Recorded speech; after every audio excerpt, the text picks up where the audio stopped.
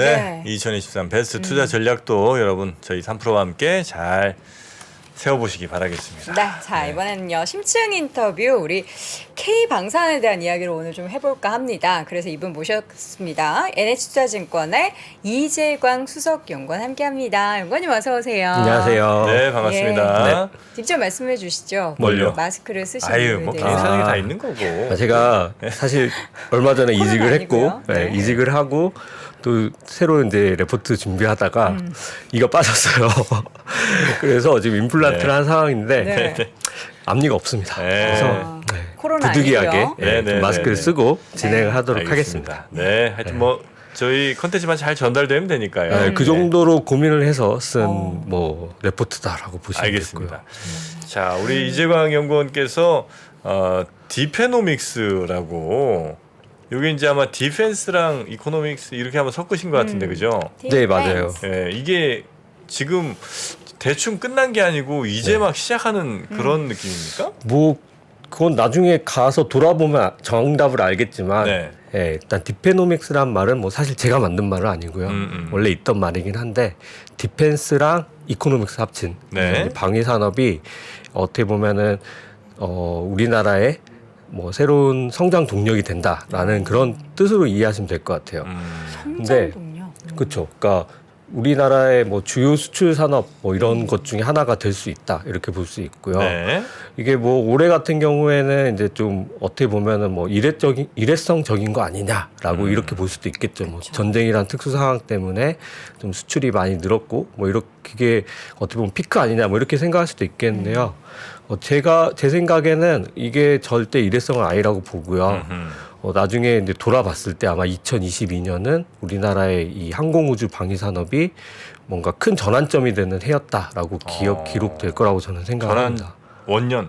그렇죠. 그러니까 그동안에는 어떻게 보면은 좀 내수 중심으로 이렇게 네네네. 끌어왔던 산업이었거든요.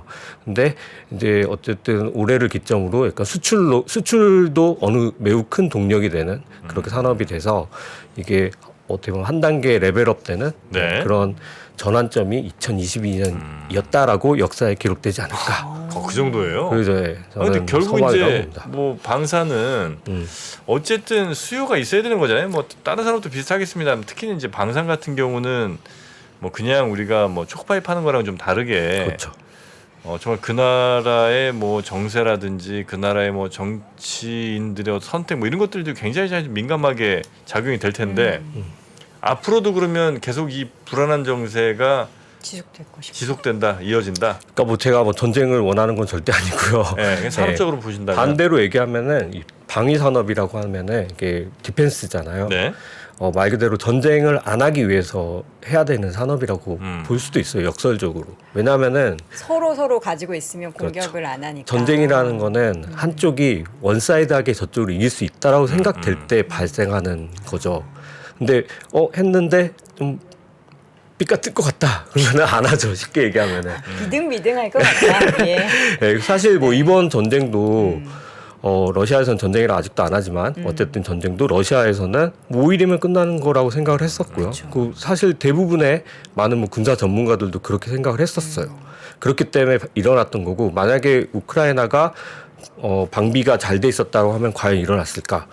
뭐 아닌 가능성이 크죠. 그렇게 되면은 이게 이제 어떤 형식의 휴전이 나도 앞으로 지금 이런 상황은 이어진다고 하면은 이제 편이 갈린다고 했을 때 양편에서도 각자가 이제 어떻게 보면 군비를 확장해야 되는 그래야지 믿을 수 없으니까. 네. 예, 제일 좋은 거는 없는 게 제일 좋죠. 그쵸, 서로 다 싸우지 없으면. 않고 그렇게 투여되는 자원을 다른 데 쓰면은 제일 좋겠지만 그건 좀 이상적인 게 아닌가 약간 그런 생각이 들고요. 네. 그래서 어쩔 수 없습니다.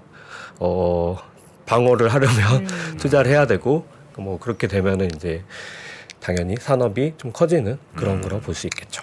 그러니까 그만큼 현재 위험한 지역들이 많다고 보세요. 그 무기를 새로 사서 뭔가 시스템을 만들어야 될 만큼. 뭐 일단은 제일 지금 시급한 데는 그쪽 동네죠. 러시아와 국경을 맞대고 있는 유럽 쪽. 쪽. 동유럽 쪽. 네. 그러니까 폴란드에서도 이렇게 생각을 한다고 해요. 이 전쟁이 어쨌든 이제 어떤 식으로 끝나든 약간 휴전이 되든 러시아는 10년이면은 복구한다. 그럼 10년 뒤에는 우리도 또? 타겟이 될 수 있으니 우리는 10년을 지금 목표로 지금 모든 걸 지금 해나가고 있는 거고요. 네. 군비도 새로 하고 있고 다른 옆에 나라들도 마찬가지 준비를 해야 되겠죠. 네. 그리고 뭐 사실 분쟁이라는 게 전쟁은 한 번도 없었던 적은 없어요. 작은 계속 전쟁이라도 있었죠, 다 뭐. 있었죠. 네네. 이런 전면전이 없었던 거지. 뭐 중동은 항상 분쟁이 심하고 뭐 아프리카도 마찬가지고요. 사실 우리가 사는 동네가 제일 위험해요. 그쵸. 동아시아가 워낙 강대국들도 많고 한국이 사실 제일 그리고 위험하죠. 우리는 뭐 나토 같은 것도 없잖아요. 차라리 유럽은 나토라는 동맹이라도 있지. 우리는 그런 것도 없기 때문에 우리 동네가 사실 제일 위험합니다. 제일 위험하죠. 아니 그럼 이제 무기를 사용할 일들이 혹은 뭐 무기를 준비하고 쟁여놔야 될 일들이 많아진다는 걸 이제 인정한다면 네. 그 다음에 고민은 이제 우리 무기를 사람들이 나라들이 그쵸. 사줘야 되는 거잖아요. 네. K 무기 지금까지는 사실 우리 무기가 그렇게 선호되는 무기는 아니었고. 기술력이나. 근데 이제 앞으로는 혹은 뭐 지금부터는 전 세계가 막 인정을 하는 그런 분위기입니까? 이게 사실 이게 너무 빠지다 보면은 우리가 흔히 말하는 국뽕에 차오르는 경우가 있어요. 저도 가끔 와 막 너무 국뽕에 차오르는 경우가 있는데 대단하다. 냉정하게 봐야 돼. 냉정하게 본다고 하면은 사실 우리가 탑티어는 절대 아니죠. 어디가 탑티어입니까? 탑티어는 뭐 쉽게 말하면 미국 뭐 이런 기존 프랑스? 선진국들이죠. 그 무기 체계마다 사실 다르긴 해요. 네. 근데 어떻게 보면은 이번에 우리가 좀 수혜라고 표현하기 좀 뭐한데 예, 좀 그 많이 수출하게 된 여러 무기들의 공통점은 그들이 좀 어떻게 보면 이제 좀 버린 것들이죠. 재래식 무기들. 왜냐하면은 이런 전면전은 냉전 이후에 앞으로 없을 거다라고 모두 생각을 했고요. 미래전은 이럴 거야라고 생각을 해서 그런 쪽에 많이 투자를 했어요. 예를 들면 뭐 정밀 유도 무기라든지 아니면 막 그런 좀 전차나 이런 것도 차세대 전차 이런 걸 개발했지. 우리처럼 이렇게 우리는 근데 반대로 국산화가 어떻게 보면 명제였기 때문에 생산을 이끌어 가면서 국산을 해왔었고요. 그러니까 이제 이런 예상치 못한 일이 발생했을 때 주위를 둘러보니 이런 생산 라인을 지금까지 가지고 있는 나라가 한국. 유일했던 거죠. 근데 사실 유일한 건 아니에요. 왜냐하면은 중국이라는 나라가 있는데 여기에 이제 정치적인 게 들어가니까 중국 거는 이제 쓸 수 없다라고 하면은 서방 세계라고 하는 쪽에서는 거의 우리가 유일한 거죠. 예. 그런 게 있었고 그리고 이게 사실 무기라는 게 어떻게 보면은 또 아주 간단하게 그냥 생각하면은 경쟁력이라고 하면은 크게 두 가지로 볼 수 있어요. 첫 번째는 가격이죠. 가격이 또 너무 비싸면 안 되잖아요. 상대적으로 우리나라 무기가 쌉니까? 싼 이유는 뭐 여러 가지가 있겠지만 제일 큰 거는 무기는 많이 만들면 싸져요, 당연히. 예. 하나 만들면 당연히 엄청 비싸죠. 근데 여러 개 만들면 많이 싸지는 효과가 있는 거고, 그러니까 무기를 개발하거나 업그레이드 할 때도 일단 수요가 있어주면 정말 좋아요. 수요가 있으면은 거기에 맞게 원가를 절감할 속칭 수 말해서 있으니까. 엠빵을 하면은 낮아지고요. 그러면 가격 경쟁이 좋아지잖아요. 근데 제일 베스트 케이스는 내수만으로 그게 되면 정말 제일 좋죠. 뭐 근데 우리는 그 정도의 내수는 안 돼요. 뭐 미국이라든지 중국이라든지 아니니까 그렇기 때문에 수출을 항상 염두에 두고 이렇게 해왔기 때문에 좀 힘든 게 있었는데 이번에 이제 뭐 여러 나라들에서 했지만 특히나 올해 같은 경우는 폴란드에서 엄청난 주문을 들어왔는데 네. 이렇게 되면은 두 가지가 좋아지죠. 첫 번째는 가격 경쟁력이 훨씬 더 앞으로도 더 좋아지고요. 두 번째는 또 이게 그냥 사는 게 아니란 말이죠. 업그레이드를 해야 돼요. 왜냐하면 그들에 맞게 그들이 요구하는 조건을 한다고 하면은 성능 경쟁력도 올라갑니다. 그 업그레이드 비용은 사실 구매자가 내는 거거든요. 거의는. 그러니까 이게 차기 수출에도 이어지죠. 다른 쪽에서도 살 때 가격도 좋고 성능도 좋네. 그럼 안 살 이유는 없죠. 그렇죠. 그래서 이제 전체적인 걸 말씀드리면 일단 그런 면에서 이게 업그레이드 된다. 그러니까 한 단계 올라가는 그런 거고요. 네. 사실 꼭 방위만 투자 포인트가 있는 건 아니긴 해요. 뭐 민수용 수요도 지금 이제 좋아지는 것도 있고 한데 사실 그 얘기까지 다 하자면 민수용이라고 하면 그냥 항공기 우리가 타는 항공. 그러니까 이 산업 자체가 그냥 방위 산업으로 우리가 그냥 부르지만 네. 사실 정확하게는 에어로스페이스 앤 디펜스가 정확한 산업이에요. 그러니까 여기에는 군용 수요가 있고 민간용 수요도 있고 또 소형 항공기 이런 거야? 아니죠. 우리가 타는 항공기, UAM. 대형 항공기. 대형? 대형? 우리가 팔아요? 대형 항공기도? 거기를 우리가 그걸 만들진 않지만 네. 거기에 부품을 납품하죠. 예를 들면 뭐 기체 구조, 뭐 동체라든지 날개 이런 거는 뭐 우리나라의 제일 큰 데는 이제 카이가 그걸 많이 하고요. 또 아니면은 항공기 엔진 부품 완성품은 아니고요. 부품은 하나 에어로스페이스의 엔진 부품에서 하니까 네. 그런 수요가 지금 코로나 이후에 좀 안 좋아졌다가 지금 올라오고 있고 다시 성장궤도 올라가면은 뒤따라서 항공기 생산이 늘어나고 거기에 따른 부품 수요가 늘어나고 이런 식으로도 좋아지는 게 있고요. 네. 뭐 또 길게 보면은 그것만 있냐? 더 길게 보면 이제 산업의 향후 혁신 산업이라고 하는 향후 성장 산업 이런 꼽히는 게 UAM하고 우주 산업 쪽에 우주 인터넷 이런 게 있는데 그쪽으로도 이제 이렇게 얻은 자본과 기술이 투여될 수 있는 거죠. 네. 우리가 탑티어는 아니지만 그래도 이렇게 얻은 자본과 기술로 거기에서 이제 좀 어떻게 보면은 좀 한 자리를 차지할 수 있는 그렇게도 볼 수 있다. 이제 이어갈 수 있다. 앞으로도 그렇고 지금도 이미 뭐 꽤 많은 나라들은 이제 무기가 단지 뭐 하나 딱 튀어서 우리 이렇게 고를 수 있는 게 아니고 시스템화돼 있잖아요. 네네. 그래서 굉장히 전자장비도 좀 많이 들어가 있고 그래서 이제 한국의 무기 체계, 그러니까 무기만 수출하는 게 아니고 무기 체계를 수출해야 될 거 아닙니까? 네네. 근데 우리가 그 정도 시스템 구축의 능력도 있어요? 아니면 무기 체계는 그냥 보통 이제 미국 거나 이런 거 이제 보통 쓰고 거기에 범용으로 쓸 수 있는 우리 제품들이 있는 겁니까?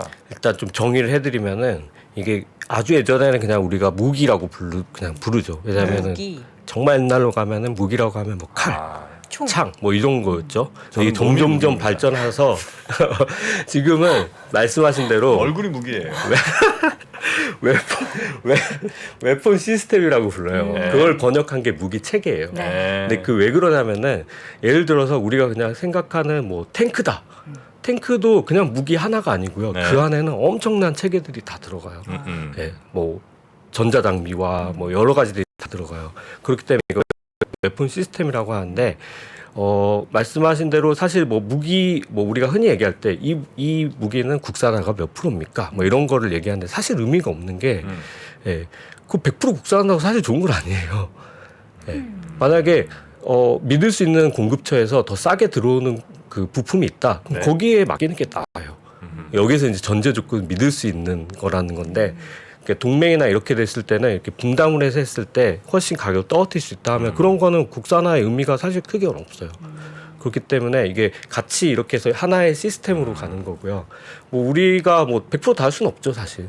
그 기술뿐만 아니라 뭐 여러 가지 상황에 의해서 그래서 말이 좀 샜는데 어쨌든 무기 체계라고 불리고 우리는 그동안에 좀 심하다 싶을 정도로 그 무기 체계 국산화를 많이 해왔었고요. 우리가 그쵸. 무기 우리는 체계가 시스템화 좀 돼 있어요. 많이 돼 있죠. 아, 그래요? 이게 좀 너무 큰 범위라서 딱 좁아서 말하긴 뭐하지만 일단 뭐 그 하나에 들어가는 데 있어서 예를 들면은 이게 너무 브로드한 개념이라서 그런데요. 그러니까 뭐 항정 장비라든지 우리가 이제 다녀오셨는지 모르겠으면 저는 이제 에어포스 그렇죠. 출신이거든요. 공군 병장 출신이죠. 네, 병 503기입니다. 네네. 네, 그래서 이제 무기 체계, 워룸 뭐 이런 걸 좀 어깨 미는 거에 이제 많이 익숙한 사람이거든요. 그래서 이제 말투부터 막. 무기 체계라는 거에 대한 여러분께 간략하게 설명 좀 드리겠습니다. 자, 무기 체계라는 건 무엇이냐? 상대방이 어떤 공격을 할 때 일단 탐지, 그러니까 감지를 해야 됩니다. 뭐가 날라온다, 혹은 어디가 움직인다, 감지 먼저 해야 되죠. 레이더 같은 게 이제 필요한 거죠. 그 다음에 그러면 우리는 어떤 대응을 가장 적절한 무기를 할 것이냐. 예를 들면 뭐 현궁을 쏠 수도 있고, 아니면 저 공격에는 그냥 우리의 K9 뭐 자주포나 아니면 뭐 전차가 나갈 수도 있고 등등 여러 가지 이제 대책이 세워지는 거 아니겠습니까? 요런 거 시스템 자체가 우리 거냐는 거예요. 그거를 제가 다시 설명을 드리면은 약간 웃음기 좀 빼시겠습니까? 아니 그게 아니고요. 약간 비웃으시는 것 같은데요. 섞여서 그래요. 지금 일상이 말씀하시는 게 좀 약간 섞여 있어요. 네, 섞였어요? 네, 여러 가지 섞여 있는데 왜냐면 반은 아는 거고 반은 어디서 주워 물론 들으시는 저도 대단히 막 오래돼서 그래요. 이게 복잡한 개념이라서 그래요. 네. 맞아요. 근데 그거를 말씀하신 그게 이제 우리가 감시 정찰 C4I라고 현대전은 C4I. 예, C4I 알죠? 알죠. 요즘 C5I라 그래요. 5개로 늘어났어요. 아, 그래요? 예, 점점점 늘어나요. 업그레이드 됐나 봐요. 우주가 이제 뭐 포함돼 6, 가지고 7 나가겠죠. C가 네. 뭐예요, 근데? C가 여러 가지인데 커뮤니케이션 뭐 해가지고 있어요. 알겠습니다. 네. 네. C4가 네, 그게 다 쉽게 얘기하면은 다 연결하는 거예요. 그러니까 예전에는 뭐 탱크면은 뭐 그냥 무전기 들고 어디다 쏴 막 뭐 이렇게 했었다면은 요새는 그게 진짜 우리 마치 누르죠, 게임하듯이 좌표를. 워룸에서 다 알려줘요. 워룸. 인공위성에서 다 쏴주고 예, 인공위성. 그게 워룸? 이제 현대 그건데 그걸 전쟁 아무나 룸. 워룸. 그러니까 제 또 이래서 제가 하나씩 짚어드리는 거예요. 맞아요. 미필 잘하죠, 워게임 여러분. 이름 전혀 감이 안 오잖아요. 네. 마치 스타크래프트 하듯이 그 종합 총괄하는? 상황, 그뭐 상황실? 합참 뭐 이런 데서 딱 해놓고 지금 상대 무기들, 우리 전력, 상대 병력 이런 싹 거쫙 파악하는 거죠. 딱 있는 거예요. 그래서 보내, 쏴. 결론적으로 말하면 우리는 아직 그 시스템은 다 100% 우리 거라고 할 수 없고요. 사실 그게 우리 거가 되기도 어려워요. 그거는 이제 워낙 선진국에서 워낙 그 집중하는 그런 우리 거 분야고요. 되는 것도 좀 위험하죠. 어려워요. 어떻게 보면. 일단 수요가 안 돼요 기본적으로. 예. 근데 이제 그런 거를 계속 차용을 하고 국산화도 하고 있어요. 예를 들면 이지스 아시죠? 이지스. 이지스 체계.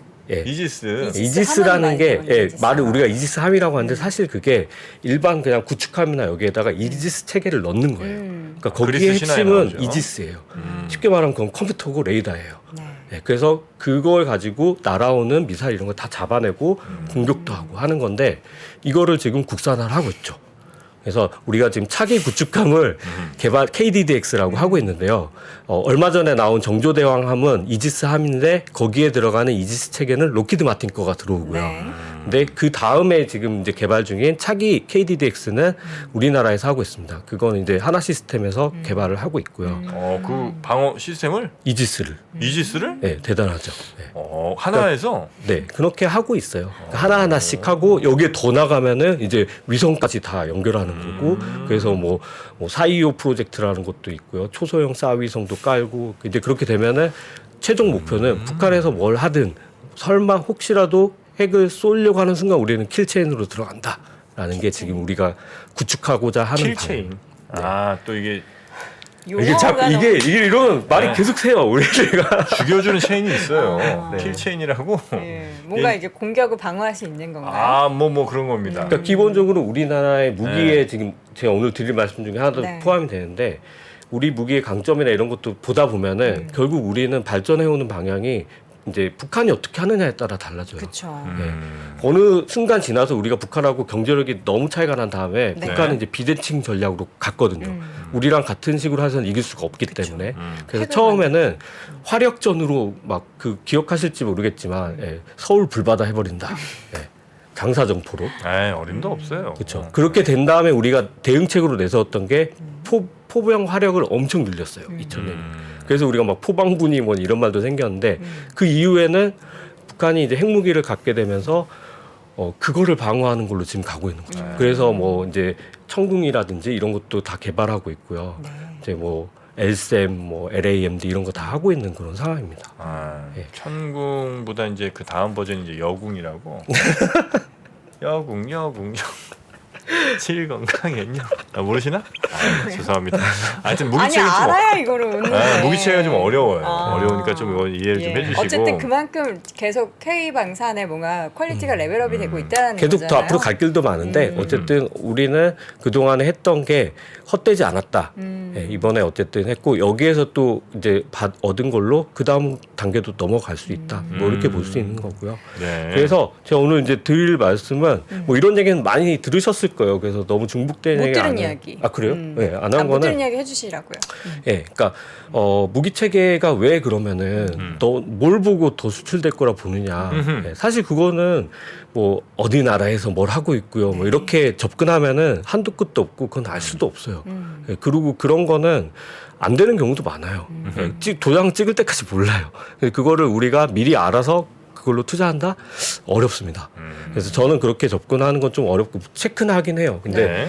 그걸 전망하진 않고 이 무기 체계가 왜 잘 팔렸고 왜 팔렸고 어떤 점에서 팔렸고라는 걸 우리가 좀 캐치를 하고 하면은 그게 다른데 적용이 되기 때문에 가능성이 높겠네. 약간 이렇게 접근을 하는데요. 그래서 오늘은 지금 올해 이제 폴란드에 대량 수출이 됐던 4가지 무기 체계에 대해서 좀 왜 이게 폴란드에서 샀고 왜 그 다음에 다른 나라에서 살 것 같냐. 뭐 이런 거에 대해서 조금 간략하게 궁금하네요. 말씀을 드리려고 폴란드에 하는데 간 게 4개예요? 4개의 무기체계? 일단은 지금까지 더 나갈 거예요 아마. 뭐예요? 일단은 7월에 이제 먼저 나왔던 게 K9 자주포, 자주포. FA50 전투기, 그 다음에 K2 전차. 네. 예, 그 세 개가 먼저 됐었고요. 10월에는 이제 천무 다연장 로켓. 예. 천무 스테파니 알고 있죠? 알죠. 네 개가 이제 됐군요. 현재는 4개가 확정이 다 이미 계약을 찍었고 폴란드가? 금액까지 1차 계약까지 하고 더 이제 현지 생산 뭐 이렇게 넘어가고요. 로켓. 그 뒤에도 뭐 지금 얘기 나온 건 많아요. 찬궁 2. 네. 그러니까 이제 자주포는 애가 길어요 이렇게. 대포. 포죠, 포. 그렇죠. 예, 길어갖고 애는 한 몇십 킬로 이상 날아가죠, 40km. 이 친구는? 40km. 그리고 이제 FA50은 저 아마 전투기? 우리의 좀 약간 경전투기 정도 아닙니까? 맞습니다. 예. 맞습니다. 그리고 앞에 이제 T자 붙으면 그거는 이제 훈련기고. 트레이너. 예. F는 이제 파이터입니다. 맞죠? 맞습니다. 예, 그 앞에 C 붙으면 캐리어입니다. 많이 닦아보셔서 아세요. 예. 많이 닦아보셨어요. 네. 운전을 못 보직이 해보시고 오셨어요. 닦아보셨거든요. 보직기로 오셨어요. 저요? 예. 보직이요? 예. 활주로 와. 청소. 활주로 청소. 아니요. 저 그런 거 하지 않았고 네. F16 있죠. 네. 우리나라 그 당시에 차세대 전투기 핵심 전투기였습니다. 네네네. 그 전투기 네. 누가 몰아요? 전 파일럿. 파일럿이 몰잖아요. 네. 저 공군이라고요. 공군이라고 다 파일럿은 아니잖아요. 좀 아시네. 좀 아시네 이분 안 되겠다. 어쨌든 다시 네, 우체국에 있었어요. 네. 네, 다시 오면은 일단은 K9 먼저 말씀드릴게요. K9. K9은 사실 폴란드 수출 전에도 아 이건 유명했어요. 베스트셀러였어요. 네, 이거 전 세계로. 우리나라에 인도도 팔렸잖아요. 그렇죠. 가장 네. 최근에는 이제 호주에 또 팔렸었고요.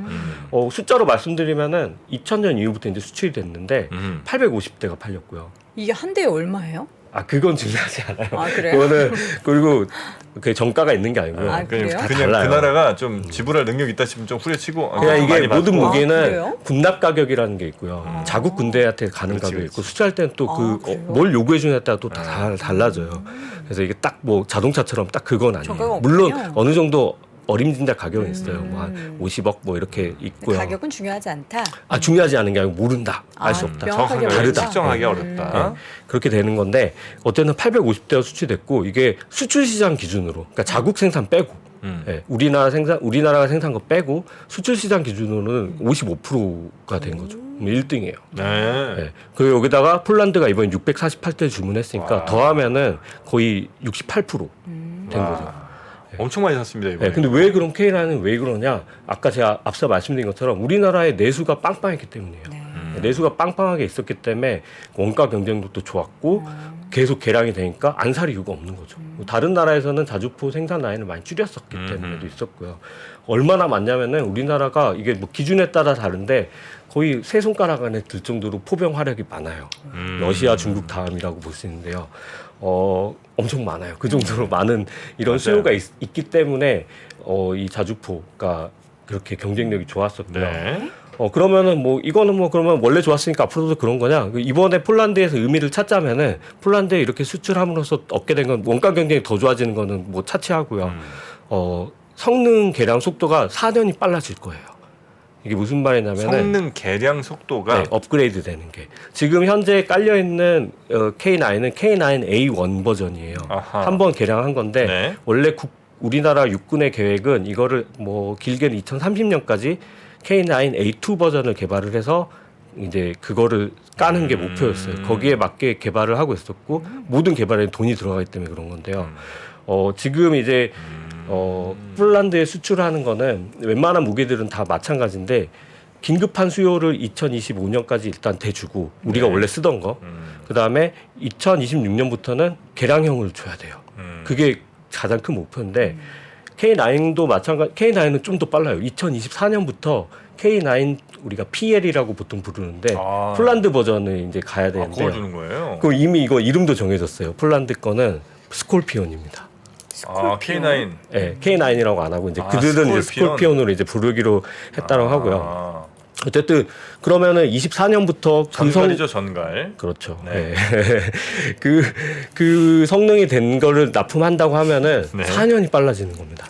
원래 개량하는 그들이 사줌으로 해서 우리도 더 빨라지는 거예요. 그들이 돈도 내는 거죠. 비용도. 업그레이드를 아까 할 수 있다고 말씀하셨죠. 네. 네, 그래서 당연히 다른 나라에서 살 때도 훨씬 더 경쟁력 있고 지금 이제 이미 입찰 들어간 데는 영국이 이제 차기 자주포 사업을 하고 있는데요. 거기에 또 들어갔습니다.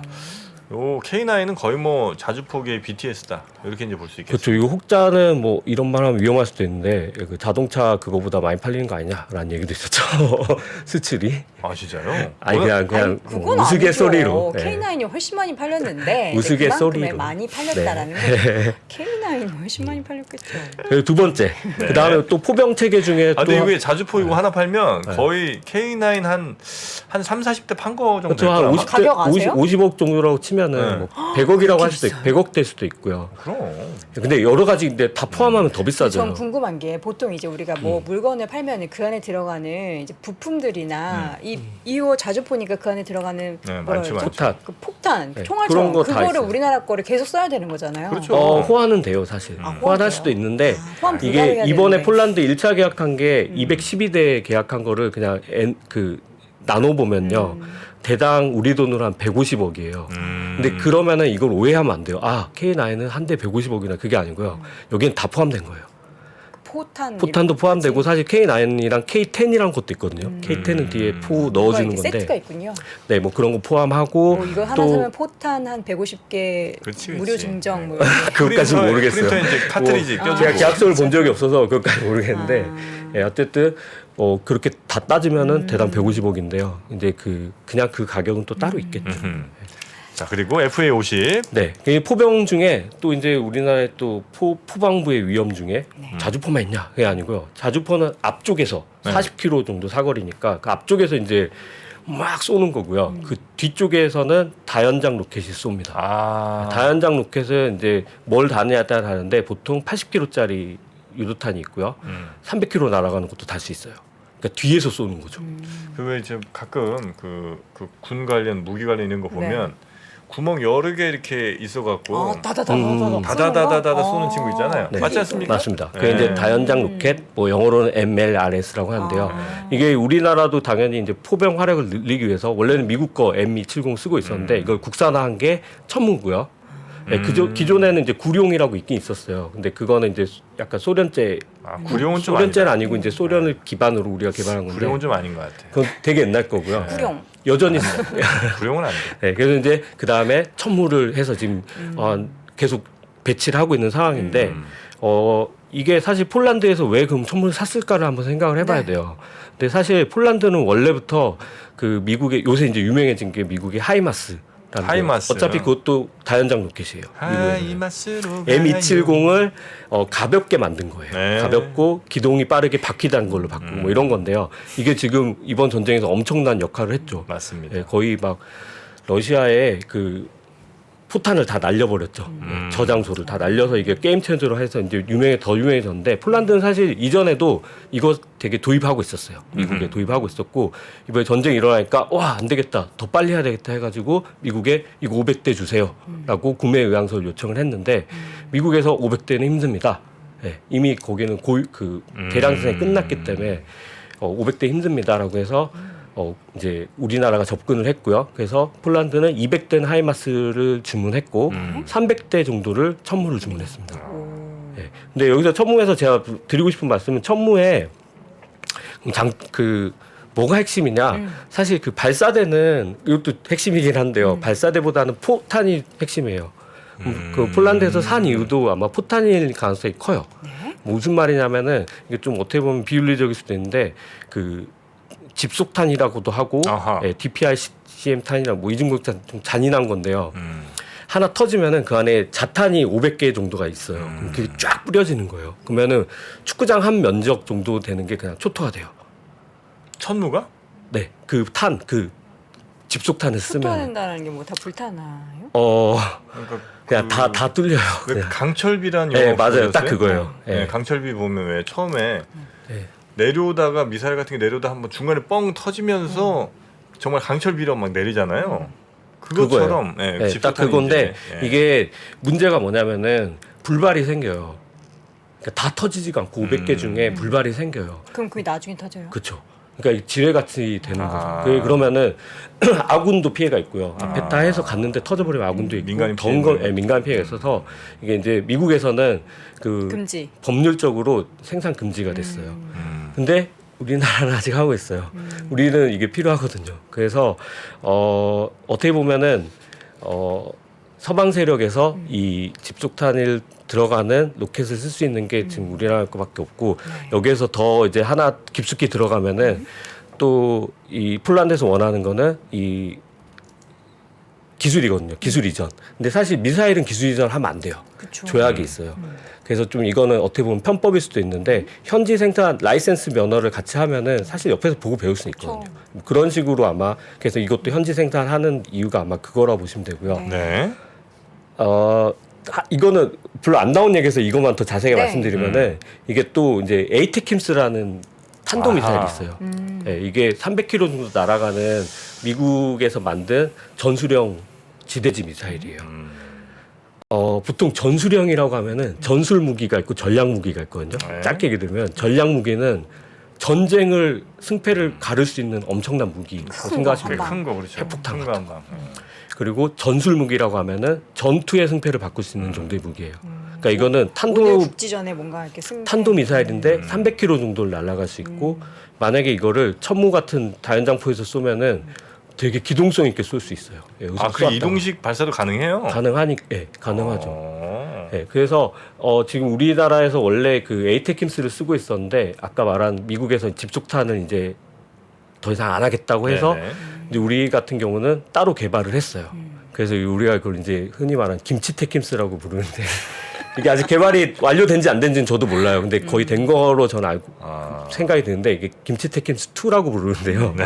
예, 이게 개발돼서 이제 수출이 되면은 원하는 곳이 많을 겁니다. 아마 폴란드도 그거를 좀 염두에 두지 않았을까. 그래서 결론은 천무도 수출될 곳이 많다. 아. 네. 대략 한 300km 밖에서도 네. 그러니까 표적을 향해서 날아가서 그쪽을 아예 그냥 쑥대만 만들 수도 있는 그렇죠. 그런 무기가 이제 그러니까 김치테킴스. 이렇게 쓸 수 있어요. 그걸로 할 수도 있고 그냥 네. 벙커버스터 형식으로 또 할 수도 있어요. 아. 예, 그러니까 여러 가지가 있고 하나를 더 말씀드리면 사실 천무는 공식적으로는 폴란드가 첫 수출이지만 네. 비공식적으로는 아랍에미리트에도 수출됐다고 뭐 공공연히 알려져 있어요. 아, 그래요. 그럼 아랍에미리트는 왜 이걸 샀을까? 이건 좀 다른 얘기인데 정치적인 이유예요. 미국 무기는 그런 유도 무기 같은 경우는 뭐 이제 유도 방식이 여러 개가 있지만 GPS가 일단은 중요하거든요. 근데 미군 GPS는 만약에 미국하고 사이가 안 좋아지면은 미국이 암호키를 안 주면은 이건 말짱꽝이에요. 그래서 근데 우리나라는 일단 우리나라 전용 GPS가 없기 때문에 그 민간용 GPS를 씁니다. 우리가 쓰는 GPS 똑같은 걸로. 그러니까 그럴 이유 그 위험이 없죠. 네네. 네. 그래서 이제 어떤 상황이 생기더라도 무기를 얼마든지 쓸 수 있는 상황이라는 그렇죠. 거죠. 예, 우리는 근데 미군 무기는 미군용으로 쓰기 때문에 암호키 미군이 안 만약에 주면은 뭔가 유도가 안 돼요. 뭐 이런 것도 어떻게 보면 매력이다.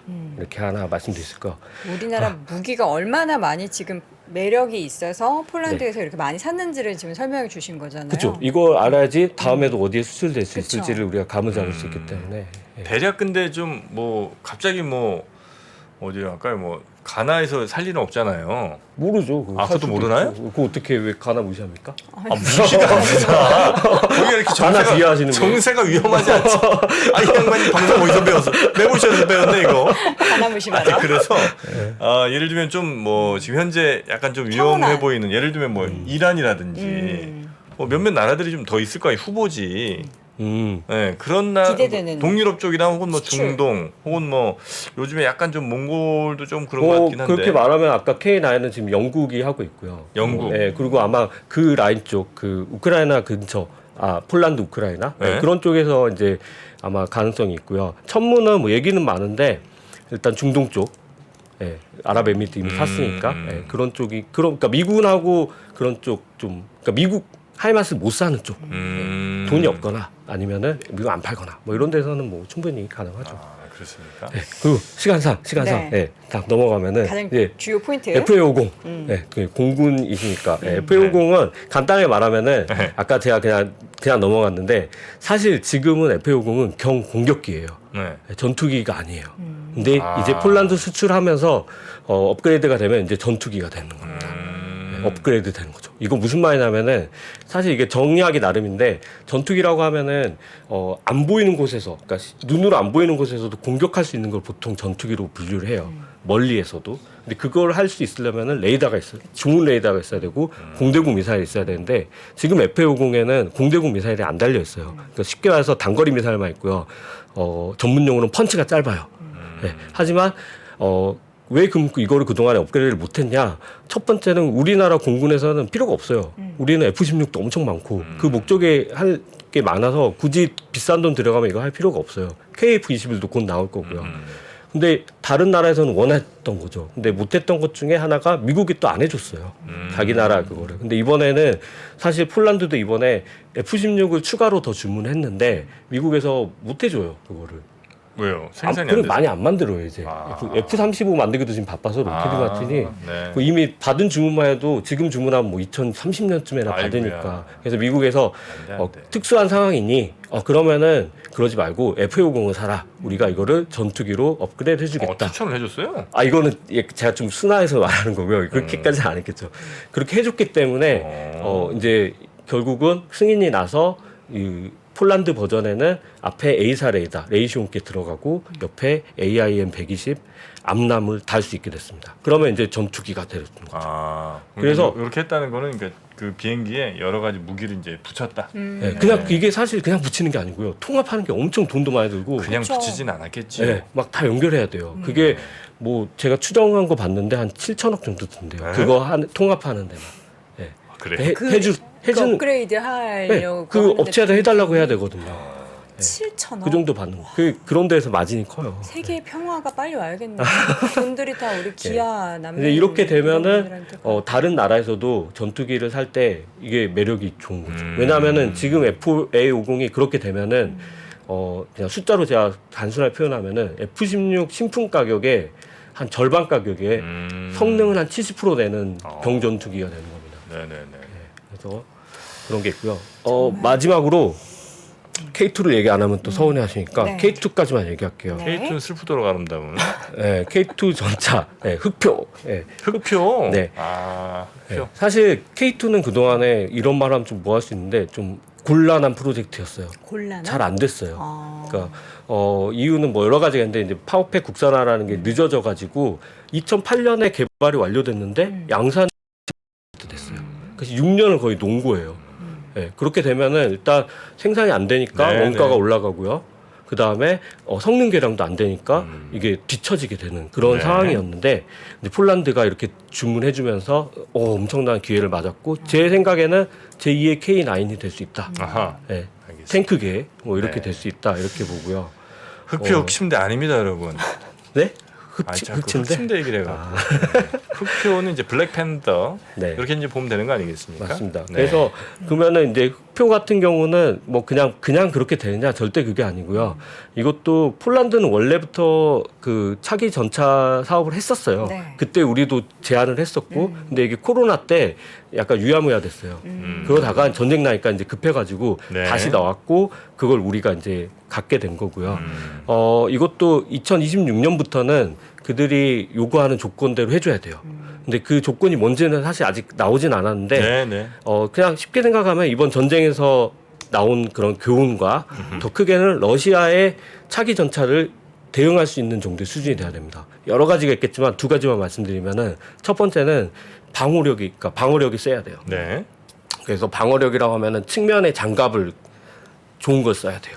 장갑 손장갑 아니고 장갑이 예전엔 그냥 철판이었지만 이게 점점 발전해가지고 요즘 최고 전차들은 그 복합 장갑이라고 씁니다. 그게 이제 MMC라고 하는데요. 쉽게 말하면 비싸요. 엄청 비싼데 좋아요. 그거를 지금 만들 수 있는 나라가 미국과 독일밖에 없어요. 네. 이거를 달면은 가격이 엄청 비싸져요.